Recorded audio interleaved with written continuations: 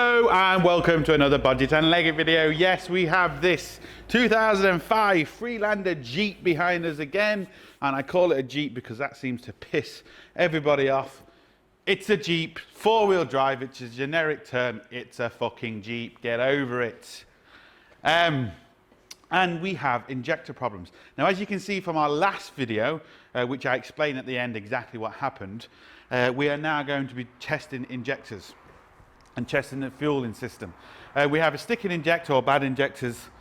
We're going to find out exactly what. But before I do that, there's no point just going straight onto the injectors. I want to test the low pressure pump, because if we're not getting full pressure coming from the low pressure pump feeding the high pressure pump and then going into the injectors, well, there's no point testing the injectors first, because, you know, if we're only getting, we should be getting around 2.5 bar from the low pressure pump. If we're only getting, 1 bar, well, then there's just not going to be enough fuel. So, we'll replace the low pressure pump. I'm going to see what pressure the low pressure pump is doing. We're also going to a ramp test or a current test on the low pressure pump to see if it's good or bad. It's working, but it could be worn. So we're going to check that out, just like we did in the other video. So that's the first thing I'm going to do on this baby. Right, one thing I did forget to say, we have no codes on this. So I plugged it in and no codes come up. But I know from the other videos and the other work I've done, we have a problem with the fueling system. 99% sure it's the injectors at this point, but that could always change. So what I'm going to do is I'm just going to show you the symptoms that this is doing to what made me come to this conclusion. What? So I'll just start it.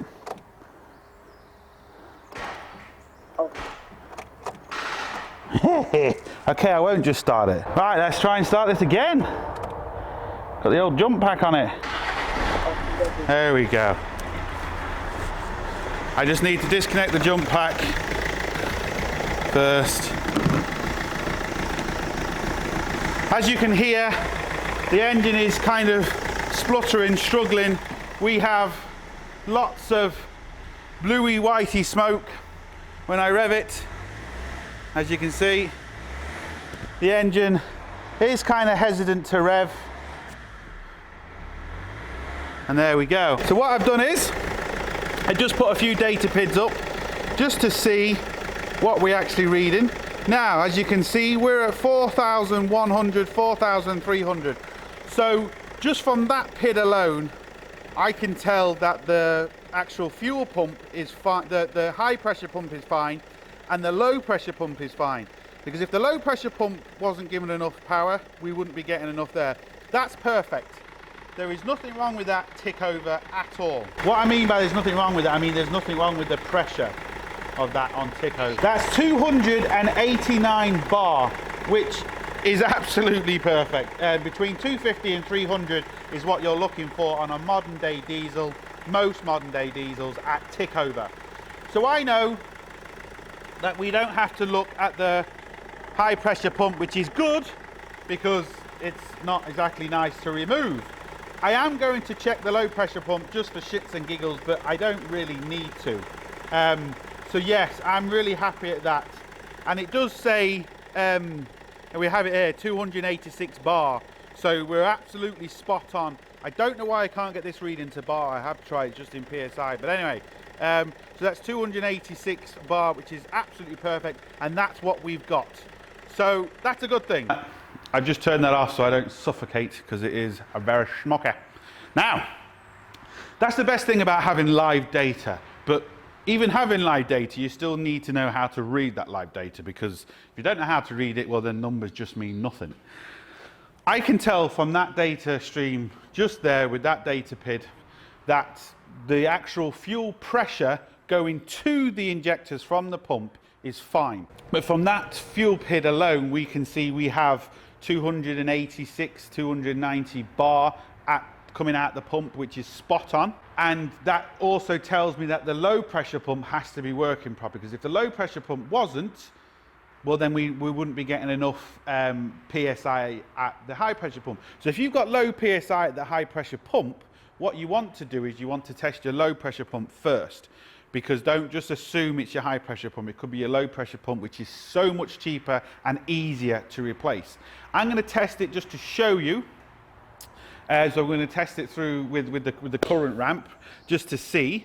And then I'm going to try and put a fuel pressure gauge on this, but it is kind of awkward. I can't really see any way to tie it in, but I'm going to try. If I can't, I'm just going to test the actual current ramp, but I know it's working from the other thing anyway. Then what we're going to do is we're going to test the injectors. So I'll test the injectors. I'll do a leak down test. If you're having a problem with the injectors, even if it's just one or if it's two, get them all redone. So take all four out and get them all reconditioned. Second-hand ones, the problem with second-hand ones is you're just buying a problem. They might last a few months, but then they could just go again. So they are expensive, I realise that, but at least if you do all four, you know you're not going to have a problem. You just do one, then you might have to do another one 6 months later, and and they're all done at different times. It's different. It's just messy, and believe me, it's not going to save you money in the long run. If you want to do it properly, or just don't do it at all. It's really as simple as that. So I'm going to now see if I can set up my fuel pressure gauge here. Hopefully I can. And we're going to make the pump run constant. So we're going to see what bar we have. We should have around 2.5 bar on this particular model. That depends on different cars, different pressures. But on this one, we should minimum be getting 2.5 bar. Right, so what we're going to do is we're going to turn on the fuel pump by the scan tool. If you are going to buy a scan tool, you don't have to go out and spend a fortune. I'm not saying you do that, but if you are going to buy a scan tool, it's unprofessional having your phone on. Anyway, so yeah, if you are going to buy a scan tool, try and buy one with bi-directional controls. It just makes life easier. I'm going to turn the low pressure pump or the lift pump, whatever you want to call it, on through my scan tool. You can pop out the relay and cross the relay, but it's just a bit more hassle. So that's what we're going to do. We're going to see what we should be minimum 2.5 bar. For some reason, my gauge is stuck on 0.5 bar. I don't know why. It won't reset, but then that doesn't matter for the minute. So we're basically looking for anything above 3 bar, and that will equate to 2.5 bar. So anything above 3 bar, we know we've definitely got enough pressure. But like I said, I know we've got enough pressure anyway. I'm just doing this just to show you kind of another step you would take. Right, hopefully you can see that. So I'm going to turn on the old pump. As we can see, we're just over, just turn that off. We were just over 3.5 bar, close to 4. Was that around 50 PSI? At 53 PSI, so over 2.5 bar. Oh, turn off, turn off, turn off, turn off. So we know we're fine with that. Like I said, we were stuck on 0.5 bar. For some reason, the gauge, as you can see, is stuck on 0.5 bar. But anyway, so anything above 3 bar was perfect, and it was above 3 bar. So we know 100% that the low pressure pump is fine. Because like I said, if the low pressure pump isn't working, well, that's going to cause your high pressure pump problems, and it's also going to cause your injector problems. Because if it's not getting enough fuel to come in, it can never pump enough fuel out. It's just simple as that. So that really is one of the first tests to do. Even though I could tell from the scan data that the high pressure pump, well, that was kicking out, so that did tell me that the low pressure pump was okay, but this is just a good visual test you can actually do, so we're fine. So the next thing is I'm gonna do a current ramp test on it, just a bit of waveform porn, because we might as well. Even though it's working, it could be worn. So we're just gonna try that. I'm gonna show you what a good one or a bad one will look like. And yeah, so that's the next thing. Right, I'll show you my setup. I've taken out the 20 amp fuse that controls the pump, and this is kind of a homemade jobby. It's like a fuse buddy. You can buy them, but this does the same thing. So we have the fuse buddy here, and I have my low amp clamp on it, and it's set to 20 amps. There we go. You just see that, hopefully. Make sure you zero it. So what this is going to do, this is going to basically read my pump. We set to channel 1 on the scope. So what we need to do now is we need to go onto the lab scope. We'll just go to low amp setting because it's just kind of done it for us. So we're on a 10 amp setting. So a brand new pump will be between 8 to 9 amps, but obviously this isn't a brand new pump. I'm only doing this just to show you. We know it's working, we know we've got enough pressure, but at least we can see if this is worn or, you know, essentially anything. We've got on a 50 millisecond time base, 10 amp scale. So let's turn it on. Right, hopefully you can see that. Sorry about the glare, but you should get an idea. So I'm going to start this now. Just zero the amp probe. Start this and see what it looks like. And there we go. Now, we are hitting, well, maybe 7. Let's just get this. The maximum we went to was 6 amps. It is low, but then again, it is an old pump. What we really want to see is really nice, smooth patterns. This just shows me, essentially, that it is still good, but it's worn. If we put a brand new one in here, which we don't need to, but if we did, we'd have a nice, smooth pattern, and it'd look lovely. You know you've got a serious problem if you have big dropouts. So essentially, if this comes all the way down, has a big dropout, comes up, starts zigzagging, comes down, then you know you have a problem.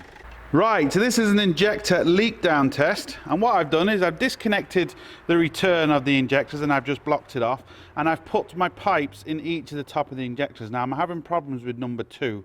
Hopefully that screwdriver is going to wedge it, but it might leak and I might have to press it down, but we're going to get an idea. And what's going to happen is the first 4 bottles, so I've got 1, 2, 3, 4, they're going to fill, or, well, let's see what happens. If one fills loads and the others don't, you know you've got a problem with that one. You're looking for about a 10% difference. So if you've got 3 that are level and 1 that is 10% higher, you know that injector's gone. Or if you've got all 4 filling up way too fast, again, you know that all 4 of them are gone. So what we're going to do is we're going to start this and we're going to watch these and see what happens. Now, hopefully number 2 is not going to cause me problems, but it most probably will.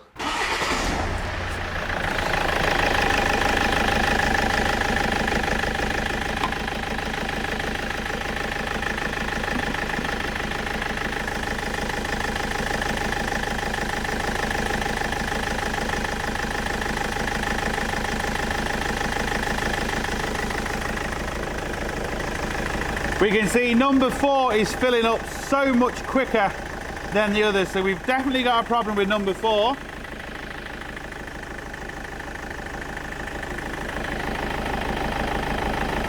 Smoke's now coming in, so you can see number 2 now.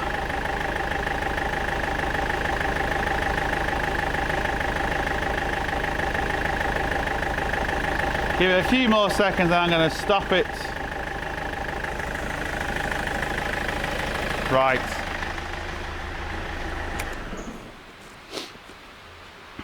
So this is a very quick and dirty way of essentially figuring out what injectors are good, bad or indifferent. Right, so as we can see, number 4 is definitely bad. Number 2, again, is bad, but not as bad as number 4. So essentially, we have 2 bad injectors, 1 really bad and 1 not so bad.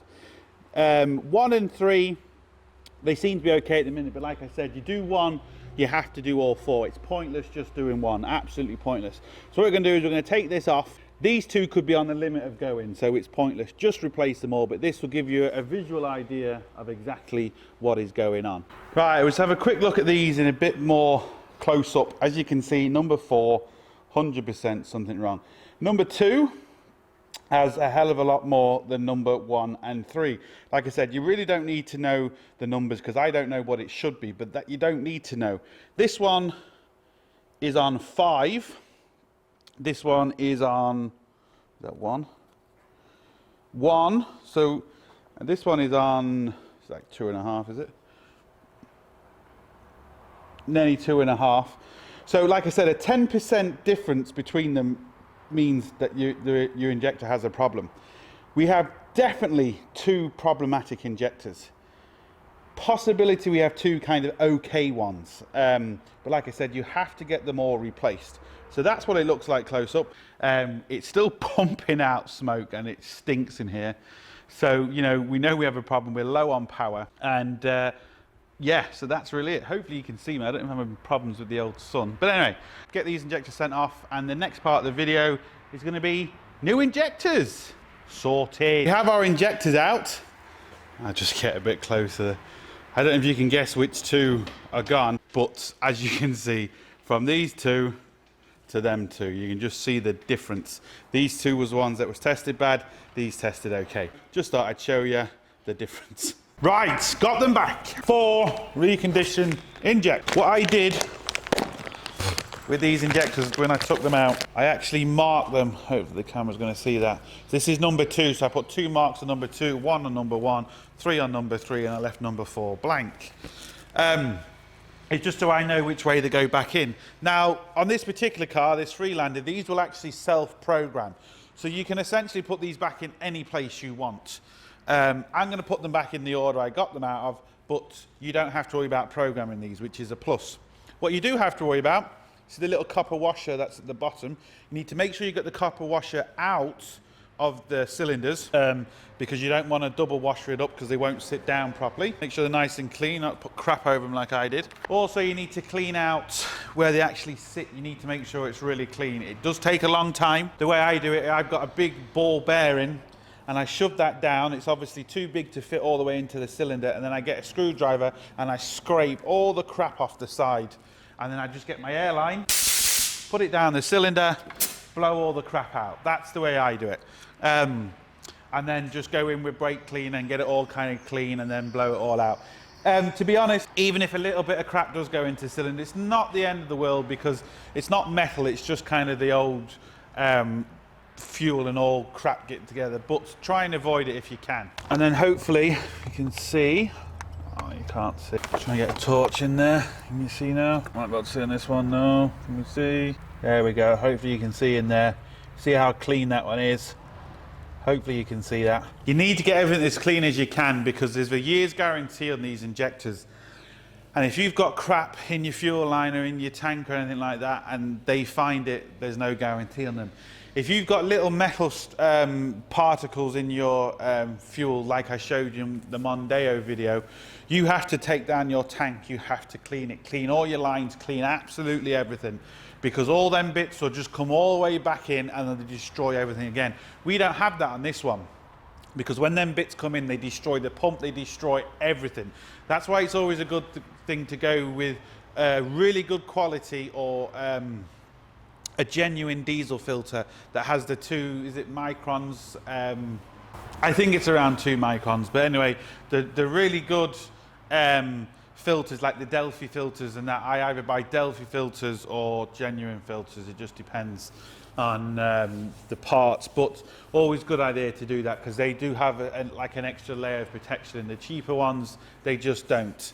And yeah, if that's the case, clean everything and put it back. So what I'm going to do, we have an injector here, we have the actual mounting bracket here, which goes just like that, and that's what sits the injector down. So I'm going to fit all these, plumb them all up, start it, and let's see what happens. Very simple to fit, no point in me filming it. They just sit down there, 2 8mm or 10mm, a clip. I'm going to put new return fuel line on them. Bingo, sorted. So hopefully no more black smoke, no more chugging. This thing should be singing like a whatever sings good. See what I have to go through. Put the airline down there, straight in the old boat. But anyway, it's all back. All the covers are on, well, all the pipes are on, all the sensors are on. So I'm going to start it for the first time. I've just put the fuse back. Hope I got it in the right spot. I'm going to prime it a few times and we are going to start it. Might take a while to start. Might sound crappy, but we won't worry about that. It will kind of clear itself up. And yeah, so let's see. Turn it off one last time and we'll try and start it. Let's go. Oh, the battery's dead. Always that nervous time just when you do something kind of big and expensive like this, and then the battery's dead. It kind of makes you jump a little bit. So I'm going to prime it a couple more times just in case the pump wasn't getting full juice. Right, no start. Why is that? I have everything on. No sensor off. Wonder if it's my battery pack. My battery pack's a bit low. Wonder if it's just not getting enough juice. Might put the battery on charge for a while. Just to see. Yeah, I'm going to bang the battery on charge because there's nothing I've left off. So maybe it's just not getting enough juice to do what it needs to do. Let the battery charge up for a while and we'll try again. See if we can get this baby started.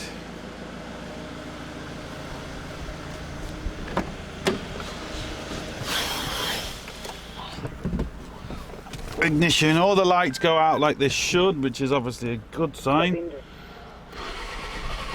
Come on, come on, come on. Come on, come on, come on. The battery's gonna go. Oh, we're so close. Whoo! Right! It's alive!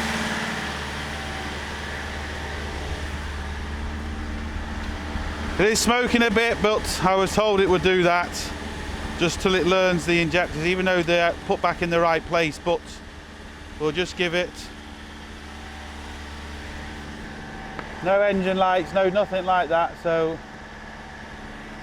it's good. There we go! So I'm going to kind of let this tick over. We're just going to let this do what it needs to do for 5-10 minutes and give it a drive and go from there.